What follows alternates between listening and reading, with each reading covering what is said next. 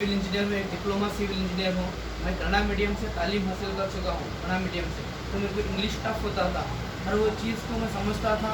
बात करने के लिए मेरे को सेंटेंस में थोड़ा प्रॉब्लम होता था। तो जब मैं कतर में था तो मेरे को कुछ लोग वहाँ पे बोले, ऑलरेडी मेरे जॉब पे रहे जब रूबिन सर का अल्हम्दुलिल्लाह वहाँ पे भी बहुत अच्छा नाम है। कतर में भी कई स्टूडेंट के बीच, कई हमारे साथियों के बीच में सर का नाम है। वहाँ पे लोग बोले आप रूबिन सर के पास जाइए, जो भी आपके थोड़ा बहुत प्रॉब्लम्स है ग्रामर से, जो भी वो प्रॉब्लम सॉल्व हो जाएंगे बोले। तो उसके बाद जब मैं गुलबर्ग आया, गुलबर्ग आने के बाद जब मैं रूबिन सर से मुलाकात किया 3 महीने पहले, रूबिन सर से मुलाकात किया 3 महीने पहले।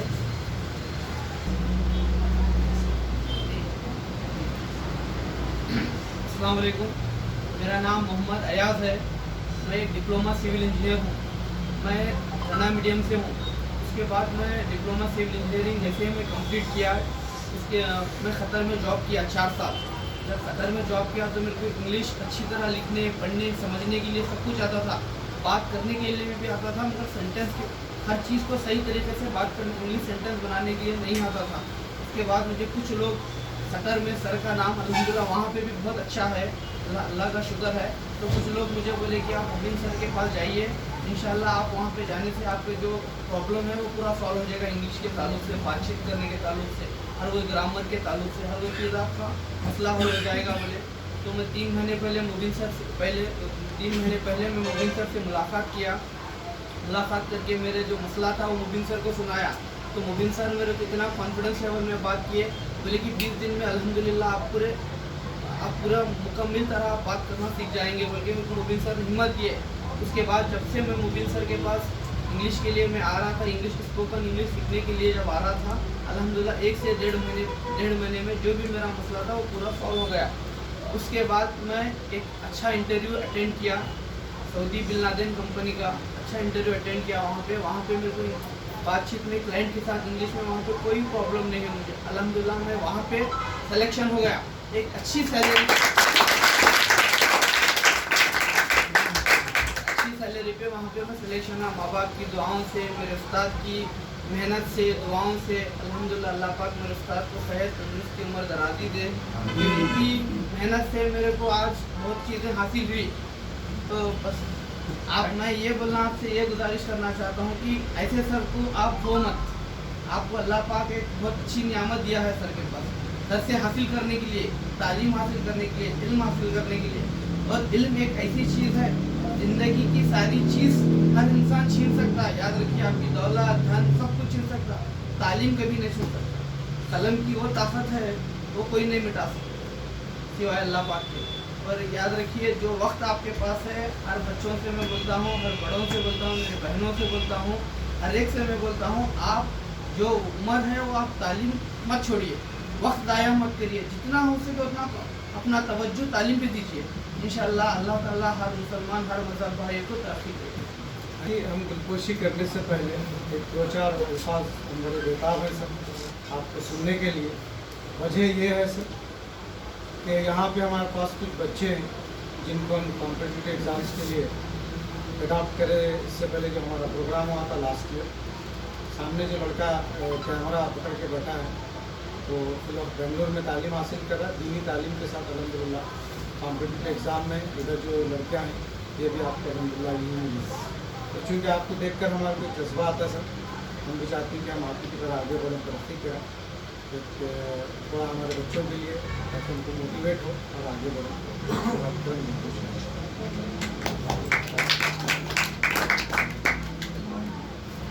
आपका नाम जनाब? सैयद निसार अहमद नज़ीर है। और हैरत की बात यह है कि आप अपनी जहानत और अपने नेचर से माशाल्लाह पूरे शहर के अंदर जो पढ़ा लिखा तबका है, ख़ासकर जो अशराफ गिने जाते हैं, उसमें अपनी आप एक अलग पहचान रखते हैं। ना सिर्फ अलग पहचान रखते हैं बल्कि अल्हम्दुलिल्लाह ताजुब इस बात पर होता है कि आप दिन ब दिन तरक्की की राहों के ऊपर गामज़न हैं। और रिसेंटली आप जो है एक बेहतरीन जो है KS ऑफिसर, तहसीलदार जो है अपॉइंट हुए हैं। हम आपको सर इस कामयाबी पर दिल की गहराइयों से मुबारकबाद देते हैं और उम्मीद करते हैं कि आपके इंशाअल्लाह बातों हाथों से सबक लेकर हम फिर यहाँ से और कुछ इंशाल्लाह ऑफिसर्स देखेंगे। So welcome, huge applause to our dearest nearest जनाब निसार नज़ीर अहमद साहब with huge applause.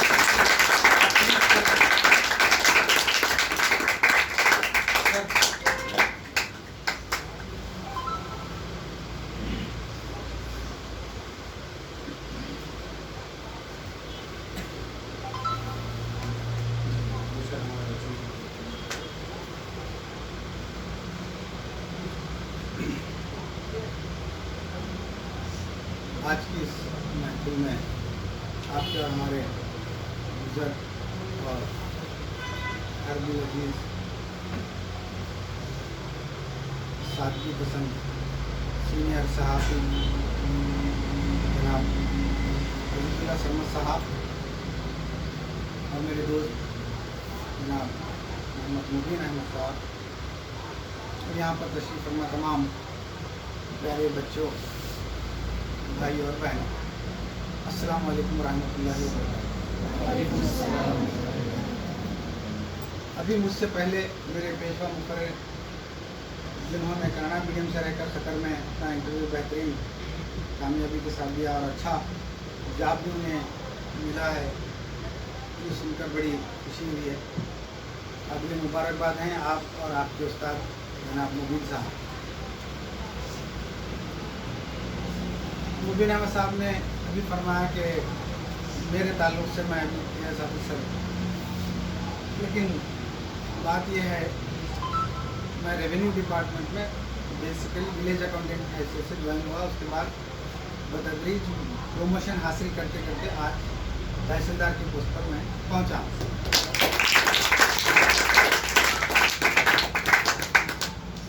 Karnataka public service commission जो हमारे स्टेट का है, इसी तरह नेशनल लेवल पर UPSC है, यूनियन पब्लिक सर्विस कमीशन। तो इसमें जो भी गवर्नमेंट के पोस्ट होते हैं वो कॉल करते हैं APSC से UPSC से, ये कॉम्पिटिटिव एग्ज़ाम होते हैं। यूँ तो पूरा ज़माना ही कॉम्पिटिटिव है। देखिए आप पहले ज़माने में अगर कोई फर्स्ट क्लास पास होता तो लोग चल कर आकर देखते थे तो भी फर्स्ट क्लास पास हुए। आप अब्दुल्ला सरमद साहब हमारे दरमियान बैठे हैं, ख्वाजा स्कूल के फर्स्ट क्लास बल्कि डिस्टिंक्शन कैंडिडेट, लोग आकर देखते थे मिलते हैं। तो आज के दौर में तालीम इस कदर आम हो गई है और इतना कंपटीशन है कि आप अगर फर्स्ट क्लास बल्कि 70% भी अगर मार्क्स ले रहे हैं तो कुछ भी नहीं। आपका गोल 90 के अबो का चरण, कहीं भी जाओ 90 के अबो, वरना कहीं आप सर्वाइव नहीं हो सकते, अच्छे कॉलेज में आपको दाखिला नहीं मिल सकता। जितनी भी दुनियावी एतबार से कोर्स हैं तमाम मैक्सिमम इंग्लिश में है। जाहिर बात है हमको इंग्लिश अच्छी तरह से बोलने, पढ़ने, समझने, लिखने आना चाहिए, ये बुनियाद है। तो जब आपको इंग्लिश ग्रामर के साथ बिल्कुल फ्लुएंसी के साथ बोलना आएगा तो तभी आप आगे के ख्वाब देख सकते हैं। इसी को तमाम बल्कि हर तबके के लोग, गरीब, अमीर, लड़के, लड़कियां, इन तमाम की खिदमत के लिए जनाब मुबीन अहमद साहब यहाँ पर अपने बेहतरीन खिदमत अंजाम दे रहे हैं। मैं भी एक स्कूल चलाता हूँ, आपके खिदमत हमारे स्कूल में भी हम ये हैं। बहुत सारे बच्चे, तकरीबन 50-60 बच्चे 40 दिन के कोर्स से इस्तेफादा करे हैं। तो आप तमाम लोग यहाँ पर जो लोग तशरीफ़ फरमा हैं और मुबीन साहब के क्लासेस ज्वाइन कर रहे हैं, मैं आने वाले दिनों में समाज के एक अच्छे मुकाम पर आप लोग, हर एक बच्चा जाएगा, पहुँचेगा और उस हद तक पहुँचाने में पूरी भरपूर कोशिश करेंगे हमारे मुबीन अहमद साहब।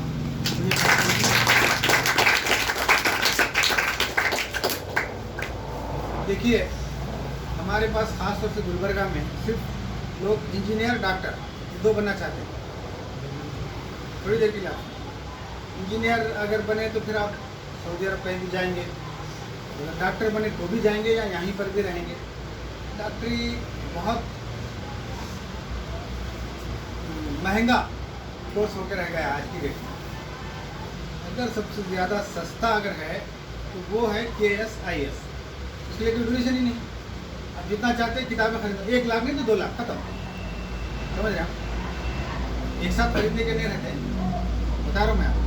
या आपको एक सब्जेक्ट चॉइस करके फलां के पास से पूछ लेते हैं, फलां के पास का मटेरियल लेते हैं, उनसे गाइडेंस हासिल करते हैं। बताना ये चाह रहा हूँ कि ज़्यादा पैसे उसमें खर्चा नहीं होते, लोग उस तरफ तवज्जो नहीं देते। अब अगर आपको कोई ऑफिसर बनते हैं आप, तो आप अपने वतन में रहेंगे, वालिदैन के करीब रहेंगे, वालिदैन की खिदमत में रहेंगे, उनकी दुआओं में रहेंगे। देखिए आप इस तरफ कोई तवज्जो नहीं दे, वतन वालों की भी खिदमत करने वाला कोई चाहिए ना। तो मैं जो लोग बाहर गए हैं, बाहर जा रहे हैं, उनके लिए कोई मैं रुकावट की बात नहीं कर रहा हूँ। 100% अगर बाहर जाने का सोचेंगे तो क्या ये भी वाजिब है, मुमकिन है।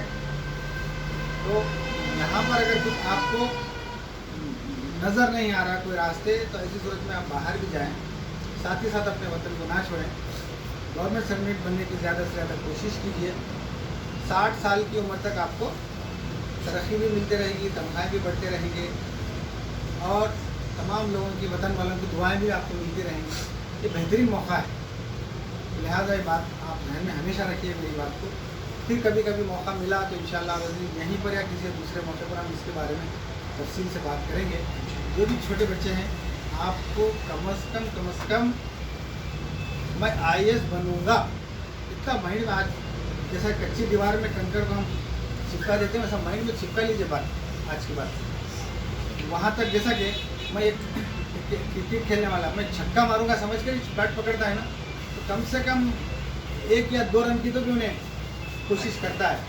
इसी तरह आप लोग IAS बनूंगी इतना आप माइंड में रखिए, तो कम से कम आपको KAS तो ज़रूर मिलेगा या बहुत बड़ी सरकारी नौकरी ज़रूर आपको मिलेगी। तो मुझे यहाँ पर बुलाकर जो 2 बातें कहने का मौका जनाब मुबीन अहमद साहब ने इनायत किया, मैं आपका और तमाम हाज़रीन का दिल की गहराइयों से शुक्रिया अदा करता हूँ।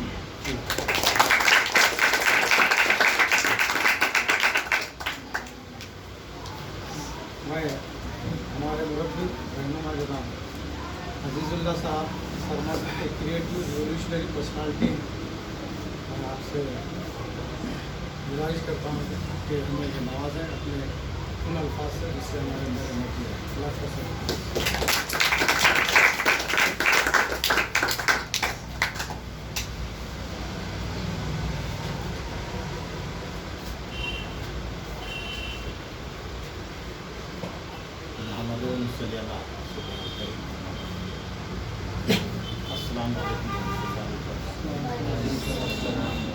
मैं आप लोगों के दरमियान बहुत बार आ चुका हूँ, आप लोगों से बहुत सी बातें हो चुकी हैं।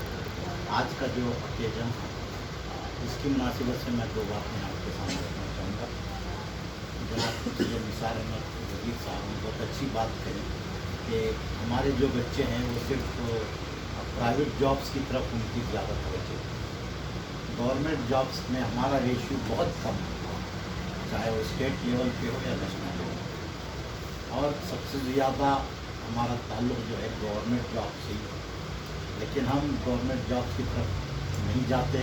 और सबसे अहम बात जो होती है वो ये है कि हमको डिसाइड करना होता है कि क्या बनना है। बच्चे अक्सर कभी साइंस में, कभी मैथमेटिक्स में, कभी किसी और बहुत सारे फील्ड में जाके एक कन्फ्यूज़न क्रिएट कर लेते हैं कि क्या बनना। अगर आप बचपन से ही ये तय करें कि हमको ये बनना है और उसी पे आप अगर अपनी पूरी तवज्जो लगाएंगे तो यकीनन कामयाबी आपको मिल सकती है।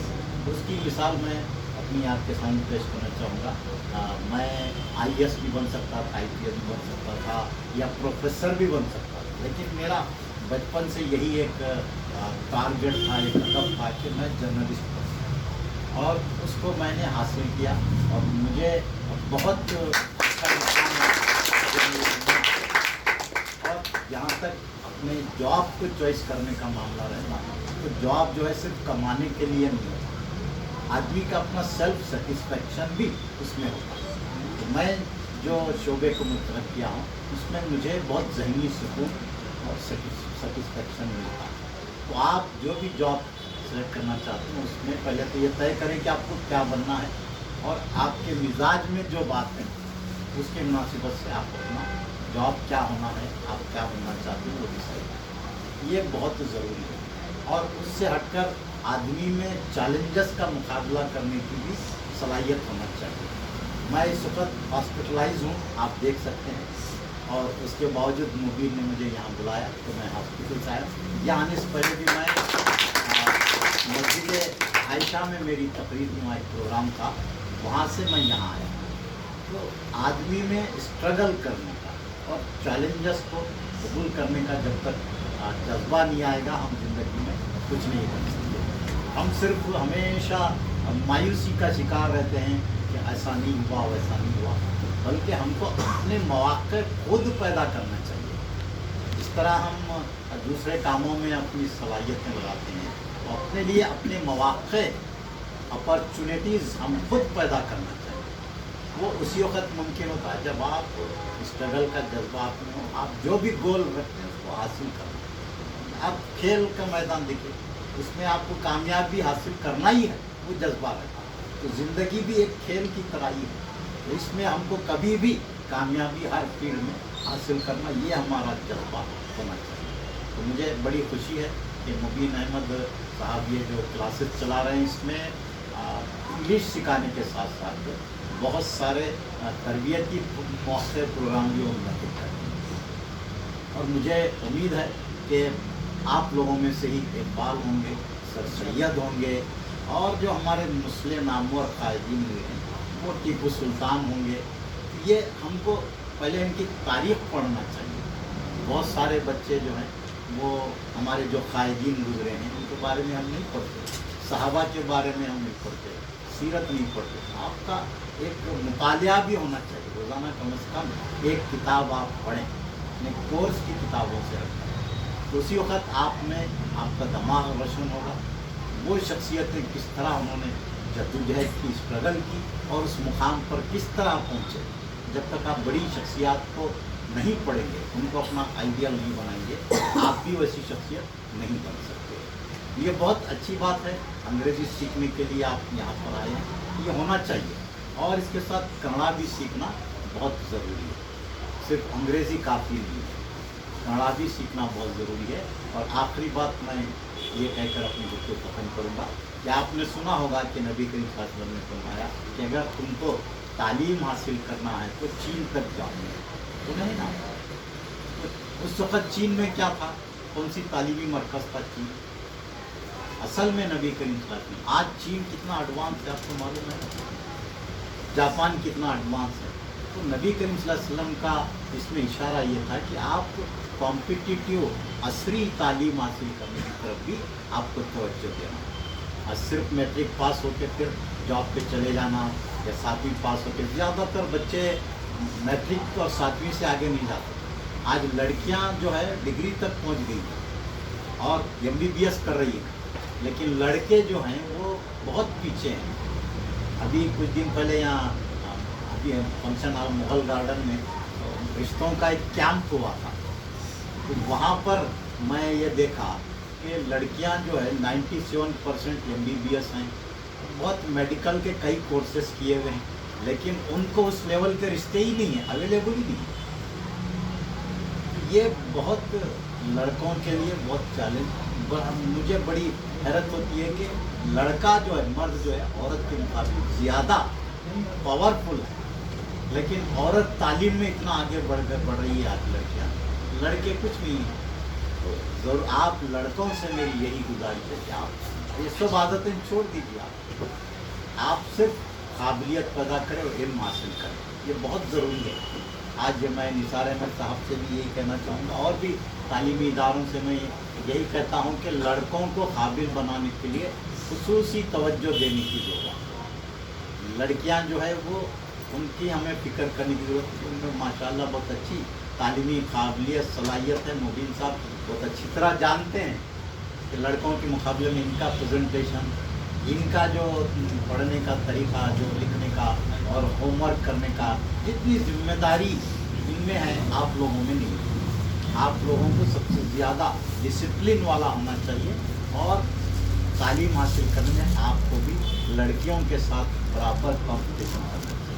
हर साल जो SSLC के PUC के रिजल्ट आते हैं उसमें लड़कियां ही टॉप रहती हैं। ये बहुत शेमफुल बात है आप लोगों को।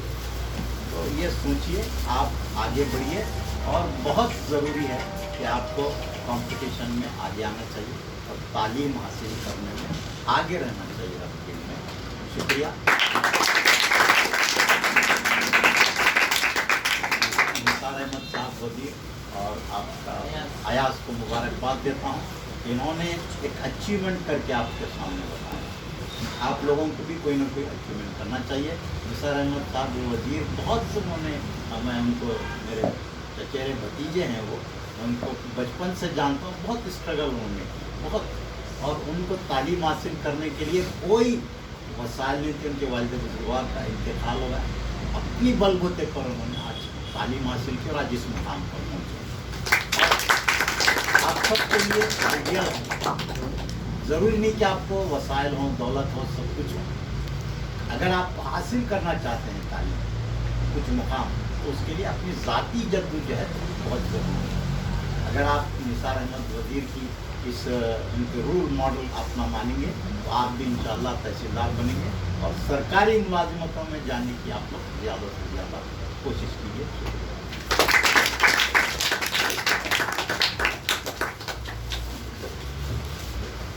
मैं जनाब बहाउद्दीन साहब से गुजारिश करता हूँ कि सर,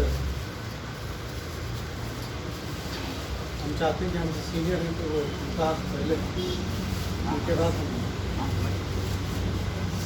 हमारे Sunil sir, senior health inspector, welcome sir.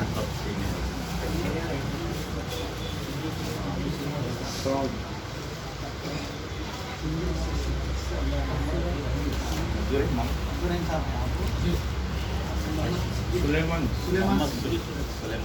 I welcome to both of you, sir. Here for being a part of this celebration.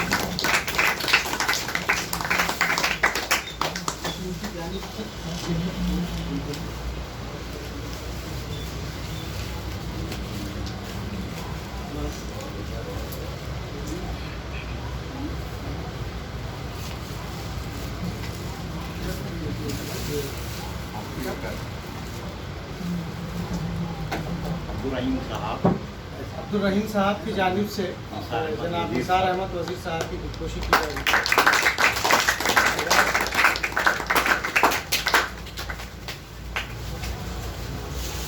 Senior होने के बावजूद, रिटायर्ड होने के बावजूद भी ये जो कनेक्टिविटी है ये दोनों का माशाल्लाह आप समझ सकते हैं कितना बॉन्डिंग। Thank you sir. मेरा नाम सुलेमान साहब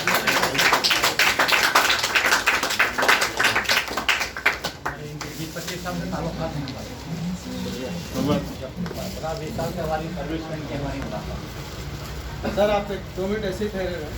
बुबला भाई, तो आप फोटो लीजिए सर, आप उठिए सर। ठीक है। हाँ, मजीद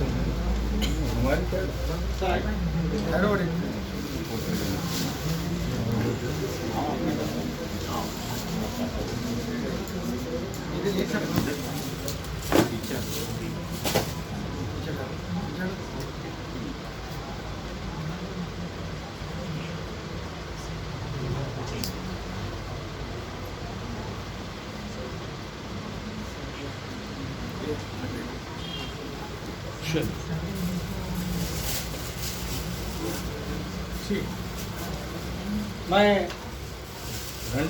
जनाब अकबर आज़म तवज्जो चाहता हूँ सर। हाँ, मैं जनाब अकबर आज़म एक ऐसा नौजवान जो शोरूम में काम करता है और एक ऐसा नौजवान जिसकी अपनी जिम्मेदारियां हैं फैमिली से रिलेटेड।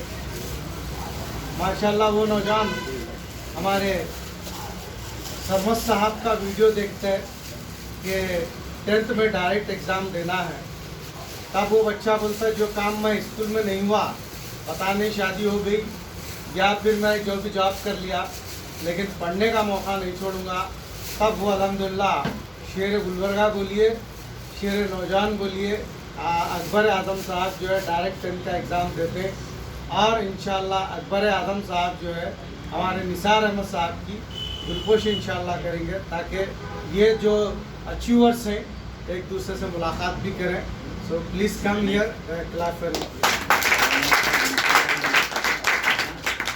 साथ साथ ड्यूटी करेंगे। उन्होंने जो टारगेट को अपनाया है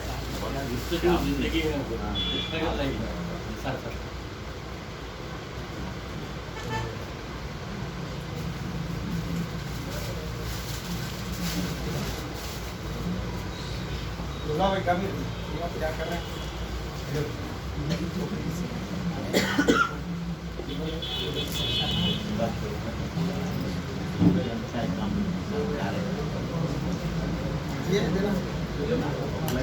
मैं जनाब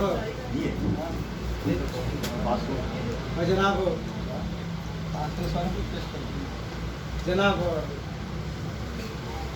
निसार साहब से गुजारिश करता हूँ कि ये law of movement, law of token Akbar Azam को दें और ये तारीखी पिक्चर हमारे पास महसूस हो जाए। कलम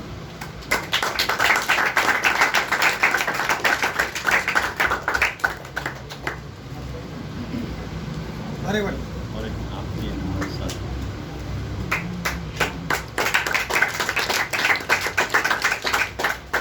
अब मैं जनाब अयाज साहब से गुजारिश करता हूँ, सॉरी मैं मोहतरमा Adiba IAS aspirant Alfiya stand up. I request to both of you hand over this law of token to our Sarma Sahab.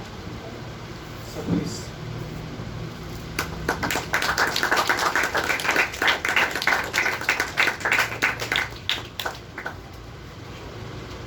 Thank you, sir. जनाब अयाज साहब से हमारी गुजारिश है कि आप जो है दिलपोशी जनाब निसार अहमद साहब को, क्योंकि आप अभी अब विदा होने वाले हैं और आप अल्हम्दुलिल्लाह कौम के लिए ये करने वाले हैं, तो मैं अयाज साहब से गुजारिश करता हूँ तो अकबर से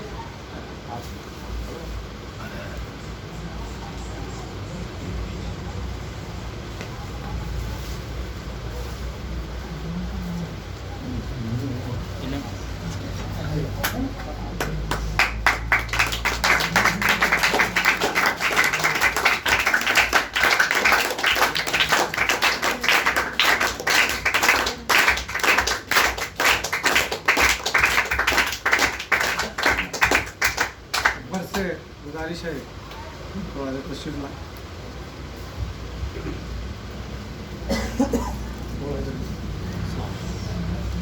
आप थोड़ा उधर ऊपर जाइए, एक सेकंड आइए।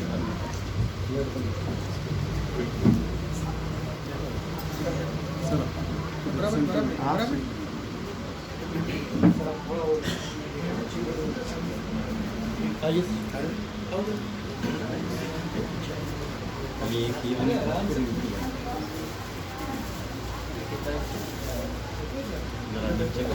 नीचे सामने दिख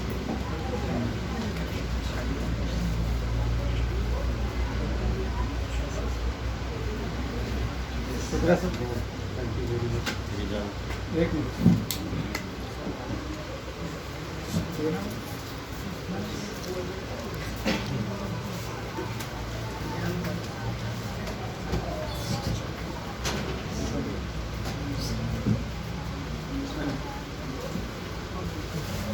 जनाब अजीज़ुल्लाह सरमद साहब, जनाब निसार अहमद वज़ीर साहब और आप तमाम का भी शुक्रिया अदा करता हूँ। कोशिश मेरी ये रहती है कि मैं ये जगह का जो मसला है इसको हल करूँ, मगर हर प्रोग्राम के अंदर यही प्रॉब्लम होती है कि ऑडियंस माशाल्लाह अच्छे रहते, हम जगह की वो प्रोवाइड नहीं करते। तो उम्मीद है कि इंशाल्लाह वी विल सॉल्व। फाइनली आज की जो ये रात है इसके अंदर आप ये तय कर लीजिए, अकबर आज़म डायरेक्ट 10th का एग्ज़ाम दे के बग़ैर कोई शर्म महसूस करे कि ये बंदा अल्हम्दुलिल्लाह 10th का एग्ज़ाम दे के पास हो सकता है, तो हम भी हर एग्ज़ाम में पास हो सकते हैं। तो अयाज इसी तरीके से 2 महीने के अंदर आप देखते हैं कि इतनी बेहतरीन प्लेस पे जा सकता है, तो हम भी इंशाल्लाह जा सकते हैं। इसी तरह नसीर अहमद साहब, आप हमारे जो है नज़ीर अहमद साहब, जब आप देखते हैं कि ये कड़ा मीडियम से होते हुए KS ऑफिसर बन सकते हैं, तो हम भी IAS ऑफिसर बन सकते हैं। Thank you very much to everyone. Allah के रसूल का फरमान है कि जो भी काम करें इसको जहन में रखें, जो शख्स अपने भाई की मदद में लगता है अल्लाह उसकी मदद में लगता है। उम्मीद है कि अकबर आज़म से लेकर माशाल्लाह अयाज से लेकर जनाब निसार साहब, आप लोगों की काविशें इंशाल्लाह दूसरों की काफ़ी मदद करते रहेंगी। Thank you very much to everyone for being here. Thank you.